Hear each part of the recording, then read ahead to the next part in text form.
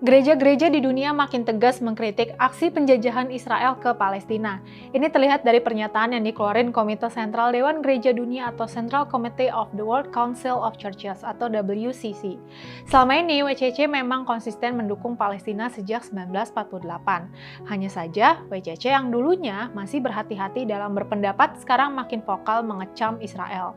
Dalam pernyataannya, WCC menyinggung realitas apartheid di Israel. Mereka juga menuntut akhirnya pendudukan Israel dan pencabutan blokade ilegal di Gaza. WCC juga menyerukan negara-negara dan gereja-gereja untuk memberlakukan konsekuensi atas pelanggaran hukum internasional, termasuk sanksi yang ditargetkan, divestasi, dan embargo senjata. Pernyataan ini dituangkan dalam sebuah dokumen usai pertemuan yang digelar pada 18-24 Juni di Johannesburg, Afrika Selatan. WCC menggambarkan pekerjaannya sebagai menginspirasi persekutuan gereja di seluruh dunia untuk bekerja sama demi persatuan, keadilan, dan perdamaian. Jadi, siapa sih WCC ini? Apa kontribusi mereka dalam memperjuangkan kemerdekaan Palestina? Jadi, World Council of Churches atau WCC adalah organisasi Kristen terbesar di dunia yang didirikan pada tahun 1948 di Amsterdam. WCC membawahi lebih dari 350 gereja anggota dari tradisi Protestan, Ortodoks Timur, Anglikan, dan Independen dari lebih dari 120 negara. WCC mewakili sekitar 500 juta umat Kristen. Sejak 1967, WCC secara konsisten mengkritik pendudukan Israel atas wilayah Palestina, yaitu tepi barat, Gaza, Yerusalem Timur, yang dianggap melanggar dua hukum. Pertama, hukum humaniter internasional, khususnya Konvensi Jenewa IV tahun 1949. Hukum ini melarang pemindahan penduduk sipil ke wilayah pendudukan dan pembangunan permukiman atau settlements. Kedua, resolusi PBB menegaskan ilegalitas permukiman Israel di wilayah pendudukan dan menyerukan penarikan pasukan Israel dari wilayah tersebut.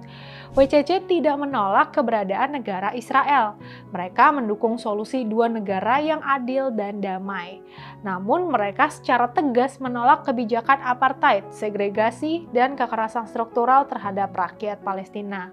WCC pada 2002 mendirikan EAPPI atau Ecumenical Accompaniment Program in Palestine and Israel, sebuah program untuk mendampingi warga Palestina di wilayah pendudukan. Fungsinya melindungi warga sipil Palestina dari kekerasan militer dan pemukiman Israel ekstremis, menjadi saksi mata dan mencatat pelanggaran HAM, serta mempromosikan rekonsiliasi, dialog antaragama, dan penyembuhan luka sejarah.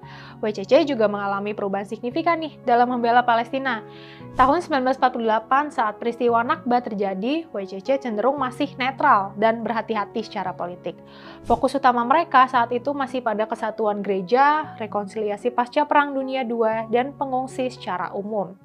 Nah, pasca Perang 6 Hari tahun 1967, Israel menduduki Gaza tepi barat, Yerusalem Timur, dan dataran tinggi Golan. Sejak saat itu, WCC mulai menyebut pendudukan Israel sebagai pelanggaran hukum internasional. WCC juga mulai menyuarakan dukungan terhadap rakyat Palestina sebagai bangsa yang tertindas. Mulai tahun 1990 sampai 2000-an, WCC mulai melakukan kritik terbuka dan aksi nyata.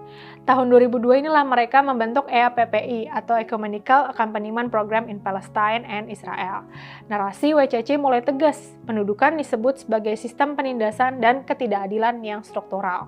2010 sampai 2020, WCC semakin terbuka menyebut praktik Israel di Palestina sebagai bentuk apartheid de facto.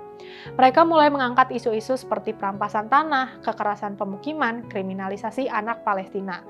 2021 hingga saat ini, WCC semakin eksplisit dalam mengutuk kekerasan terhadap warga sipil Palestina dan mengkritik impunitas Israel. Itu dilakukan sejak serangan besar ke Gaza tahun 2021 dan eskalasi di 2023 sampai 2024, terutama setelah 7 Oktober. Apa yang terjadi di Palestina bukanlah perang agama, tapi penjajahan, penindasan, dan tindak pelanggaran HAM. Salut untuk Dewan Gereja Dunia yang konsisten mendukung Palestina. Solidaritas kita untuk Palestina.